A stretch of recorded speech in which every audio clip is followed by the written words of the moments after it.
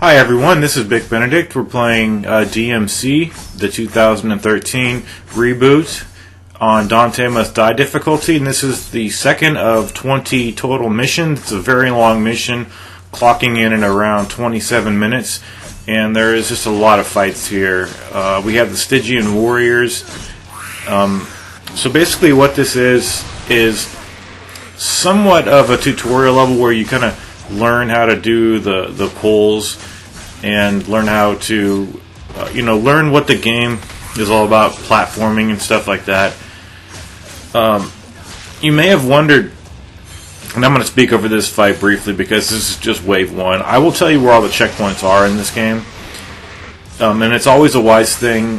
Once you clear what you suspect is a checkpoint, press the start button and look to see how much time has elapsed since the last checkpoint, and if it's something like 2 or 3 or 10 seconds, you'll know that you can restart the checkpoint and refill your health all the way up. That's a really nice feature about this game. But I didn't, since I had to do 2 voice recordings for the previous video because one was lost, I couldn't address the reason why I'm calling this ultra hard difficulty. It's because heaven and hell, I think hell and hell is touted as, well, first of all, let me talk about this guy, because this guy is a difficult enemy to fight. He's the dream catcher, and I'm going to use my my heavy hitting weapon here. Now, this guy blocks all of the time. So what I like to do, aside from doing those kind of attacks, wait until he teleports out of his vortex and get your perfect evasion. And then once that happens, go to town with attacks, but just be aware that on this difficulty, he countered me right there. And it's what I do personally is I just listen. I listen for the sound effects. If I hear that I'm hitting him, because sometimes when you're mashing and all the the detonation effects of like the particle effects of the gloves, you can't really see. So I listen and make sure that if I hear like that dull thud of me like bouncing off him, then I just back off. And what he's going to do after that is he's going to try to hit you again. So this guy's got a lot of HP, and I could have used the devil trigger, but I wanted to just show you how to clear this guy, because it's just him right now, but when we have him plus other guys, it's going to be a real nightmare. So evade, try to hit, he parried, and you just got to work with it. So let's see what he does. See, I just wait for him to go into his vortex, because I know just going up to him, he's going to keep blocking non-stop. So evade. I did not get the perfect evasion right there, but notice that you can do the demon pull, drag him over to you. But again, if you try to hit him after that, there is a chance that he might parry you. Okay, so he's also got one very fast attack where he will run across the screen, and if you don't evade it properly, you will take massive damage, and I really mean that. Okay, so here he is. Okay, there's the perfect evade. Pull him over to me, hit him a couple times. It's just random. You'll get in your hits or you won't. Now, I'm using the Irks, but I have used the sledgehammer to a good effect here too. So that was a pretty good fight. But what I was saying a moment ago was that from what I've read, this is the next wave. You get a checkpoint here. These are the rages, and again, they always come in pairs. Sometimes you'll have to fight different colored ones, like a blue and a red one. But they don't have much HP, and they're fast. So they've got a 1-2 punch that's not too fast at all. When they do that, you can't grab them, so watch out for that. I mean, you can't demon pull them. There's the evade. There's some damage. What I'm doing here is distributing the damage on both of these guys, so that when I kill one, the next guy, he'll go down pretty quickly, and I won't have to deal too much with him. Now, there is no lock-on in this game, meaning that you're not holding the R1 button the entire time. I rather like that. You can actually switch targets in this game by clicking in the L3 button, or whatever you're using, whatever control. But there's no visual anything unless you're looking at the character to see like whom he's aiming at. But you can switch targets, but there's no lock on. So I'm rather tired of holding the R1 button the whole campaign, because you don't have to hold, in the other DMCs, you don't have to hold the R1 button, but if you're not holding the R1 button, then you can't evade. So it doesn't really make sense to not be holding the R1 button. Anyway, these sacks here, they only yield 3 orbs, and I've got a little issue with the orb harvester that you can purchase. It only gives you 20% extra orbs, and I thought I was going to be getting a lot more orbs in totality, but you really don't get hardly any. I mean, from that little sack where you get 3, okay, another fight here. You get a checkpoint here. See how I was checking the... I didn't pause on purpose there. I paused only because I wanted to see how much time had elapsed. But I checked... what I did was I got a sack of orbs, and it's 3. It's 3 every time. And then I took I put the orb harvester on and off, because, excuse me, let me put the microphone here. And it gave me 3 every time, but 20% of 3 orbs is only like 0.6. So, I thought they would at least give you 4. And I know it's really petty, but I'm talking about like in totality of every kill and everything. It's just there is no way to not unlock Dante Must Die without playing the game twice, and I guess that's for the best, because if you don't do that, then you're never going to have enough money to buy everything and get all your abilities. So here I'm using my kablooey, but other than that, I have the samurai weapons on, the weapon skins. I bought all the DLC for this game, including Virgil's Downfall. I haven't played that yet, but so I ended up just buying this digitally on the 360, because I was already using the 360 pad to play DmC 4, and I actually like the comfortability of the 360 controller, minus the rumble motors. So some of my buttons were actually sticking, so I had to open it up again and actually reassemble my controller a little bit better, because the LB and the RB were not clicked in all the way. So I've got a nice control once again. And anyway, I don't know where I was going with that, but there is this checkpoint. Okay, here are the Frost Knights here. You have to see how a normal attacks and the Irks and the sledgehammer just bounce right off these guys.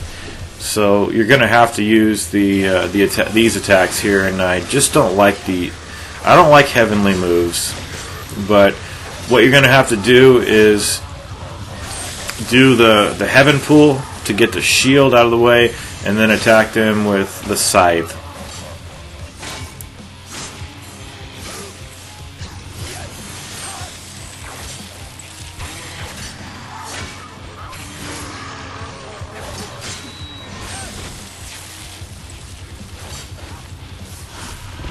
Okay, so I decided to use my devil trigger over here to just kill these guys. I don't know how much I will be healing in this game. I don't have any gold orbs right now. This is not really a game where I would never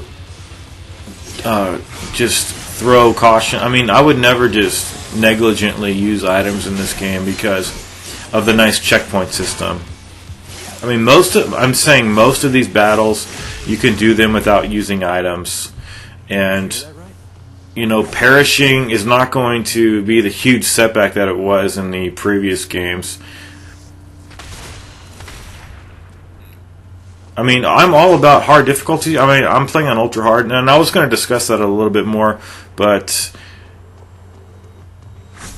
so we had Nephilim, which was hard mode, and then you had Son of Sparda, which is Son of Sparda, which is let me see. I actually picked up the guidebook for this game because I just wanted some more information about it. So what we're looking at here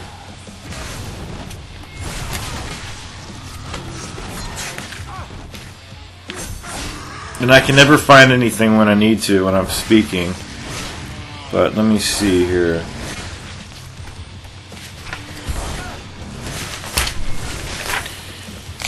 And I generally, these books are horrible because it says it covers the hardest difficulty, but they're only talking about Nephilim. That's the hardest difficulty by default that you play without having to. It's a joke. So I'm going to send it back, but I don't know. Where are the fucking difficulties?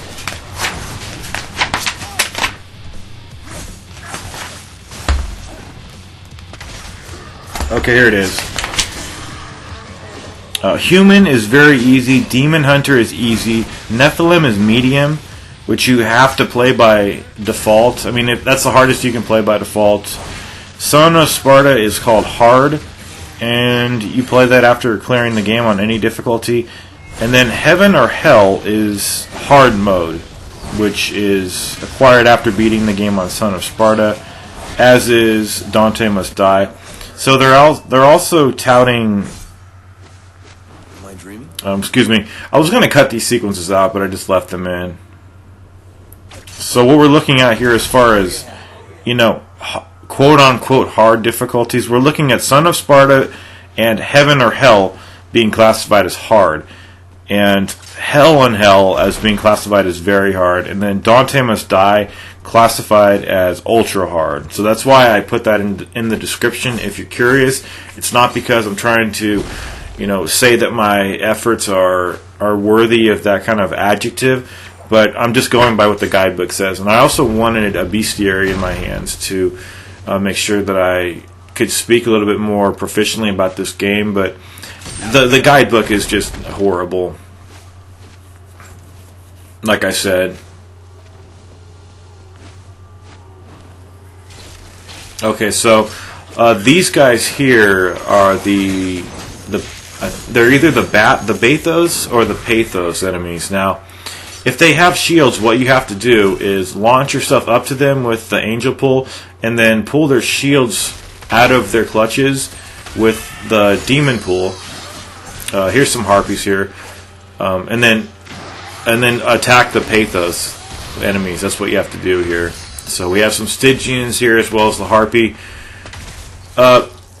It's just rather frustrating when the lock-on locks onto the ground-based enemies when there are aerial enemies in the vicinity. It should not do that ever. As far as the lock-on, what we have is an invisible lock-on.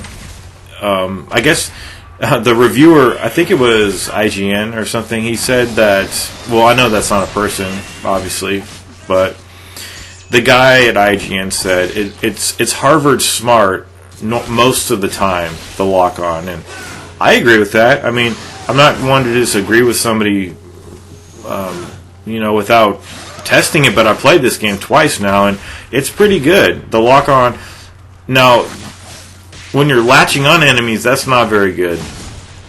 That's not Harvard smart. I would not say that whatsoever.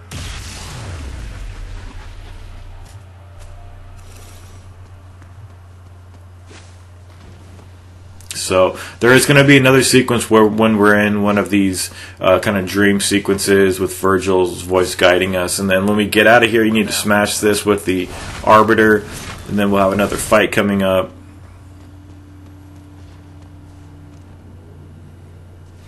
I have one more lost soul to collect, and I'll probably get it later in the game. I think it's on chapter, I don't know, maybe chapter 9.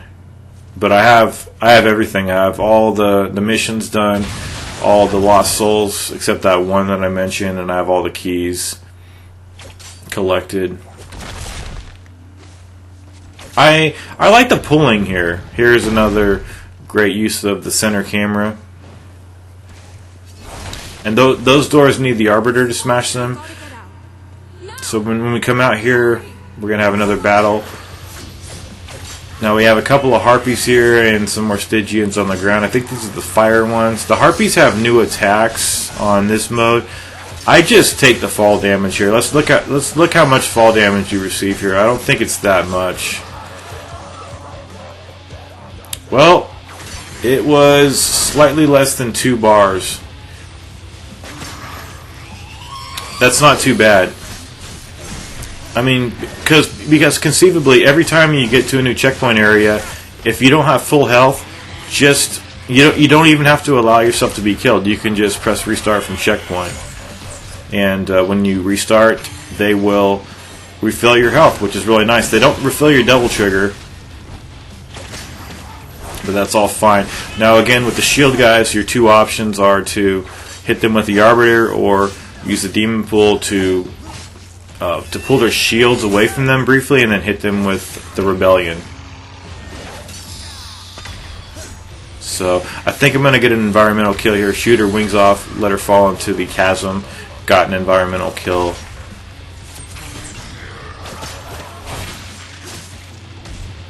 So as far as being stylish, I don't need to be stylish because I have most of the upgrades that the style points are added up for. Basically, I just need I need some items and things like that. We are going to be facing a witch too, and I think the most problematic enemies in this game are the Dream Runners and the witches. I know that voice. But when I say that, I only mean when there's other enemies in the vicinity. When it's just one-on-one, they're not that hard. It's just one of those kind of things. So I'm really excited about doing this guide because it's out of my comfort level, a game like this. I mean, it is and it isn't, because I think the older games were definitely out of my comfort level. But this game is a little bit within my comfort level, although I'm just not as proficient at it quite yet as I am with like God of War and Ninja Gaiden. So watch out for those chainsaw enemies. It's really easy to get hooked by them, especially with the normal evade. So you might even want to incorporate the angel evade to get away from them.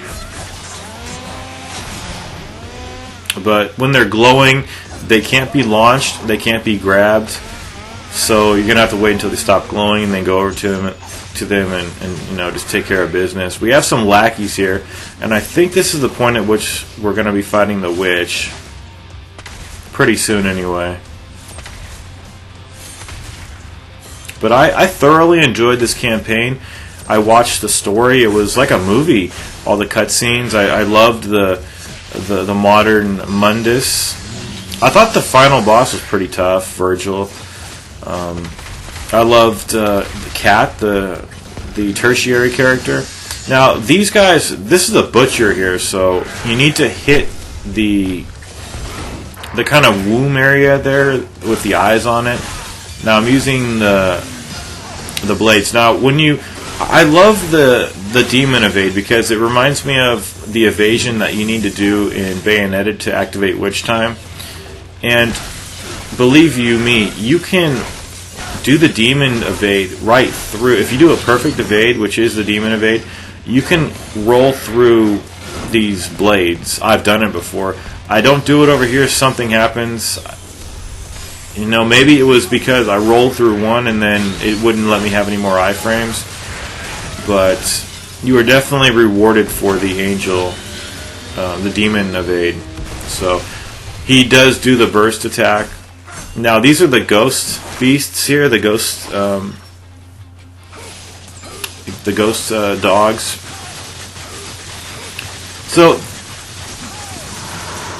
this strategy here, I don't know how many people use this, because I did not have to use barely any items on Nephilim and Son of Sparda, nor did I have to watch anybody's guide of anything. The only guide I watched, like I said, was the collectibles guide to figure out how to get all the hidden items, because I had no idea, nor did I have the desire to waste all my time trying to find stuff that, you know, I could have. I mean, I used the item locator, but it only helps so much. Okay, so here's...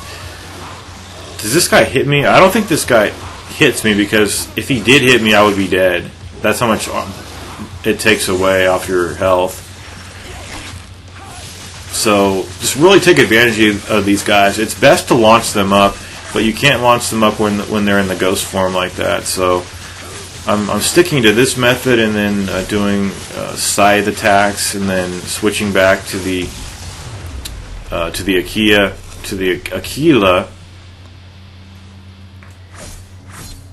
to do that.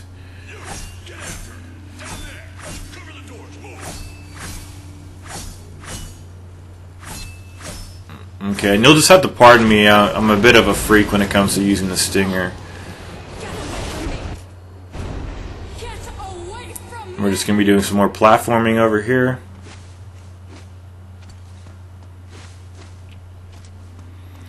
And you can't just fly over to the door, because you might not be able to tell, but it's on an angle, and you'll just fall into the abyss. So latch onto this. And I'm excited to talk about the witch fight. So it should be coming up in short order. She is accompanied by some very weak enemies, so I'm going to take them out of the equation promptly. But the thing is, whenever there are other enemies in her vicinity, accompanying her, she will put her barricade on them, meaning that even though she's exposed, if you want to take care of them, you're going to have to use angel weapons. So here's the blue rose, and we're doing this section again here. It's just a teaching tool. I don't know why I kept it in, but it's some of the challenges require you to complete these exact sections with under a time limit, and it's pretty easy. And because it's easy because by then you've gotten the hang of it, and there's no enemies or anything like that. So that was a very brief section. Oh no, it's not quite over yet. It's teaching us how to do this.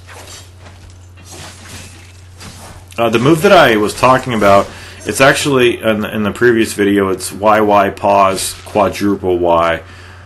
I actually wish there was a lot more combos for the Rebellion, like some of the ones that were in DmC 1 and 3. I mean, don't get me wrong. There's a lot, but I wish there was just more that just involved variations of the Y button.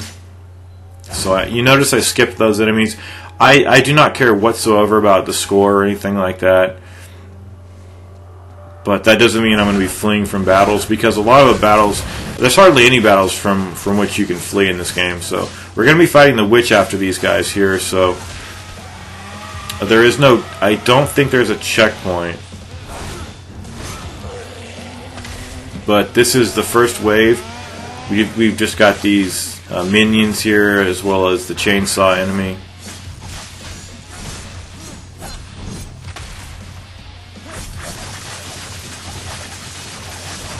Okay, so the witch, she always appears in her defensive bubble. She's got, it's not too hard to break her out of there and get her exposed to start actually hitting her. But she does do an attack where she will cause her bubble to explode, and you've got to get out of the way, or you will take some negligible damage. It's not too much. So here she is. Now you need to use this.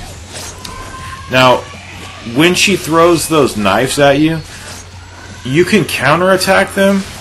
Although what I experience though is I hit one, and then by the time I try to hit the other ones, they hit me. So what I like to do is just pull them one by one at her, and I'm going to show you over here. But it's not a feasible strategy, because you're not ever really fighting her individually on this difficulty or in Son of Sparda difficulty, there's always other people. So you're just, I mean, you're going to be latching onto the wrong, I mean, you're going to try to latch onto these things here, but you're going to end up latching on to the other enemy. So what I'm about to show you, I mean, it works, but it does come with that contingent. Now watch out for the obsidian spikes that she throws up. She telegraphs that really in advance, so it's not something you should get hit by. But like, this is a very rare occasion where you're just fighting her. So grab one, hit it, grab one, hit it, and then she's vulnerable over here. And to get to her quickly, you can actually just pull her to you. That's what I forget to do most of the time. But you notice that her sphere is losing some of its power. Now she's going to do that burst attack to get out of the way, and once it's gone, she's vulnerable, although she can throw it up very quickly, as you just saw right there. So grab it, pull, hit, grab it, pull, hit, grab it, pull, hit. She's vulnerable, and I mean, that's a good strategy, but it only works if, I mean, it only truly works if she's alone, and that's too bad because, you know, I'm gonna have to find some other way of dealing with her because she's a very problematic enemy. Probably the most problematic enemy in the game.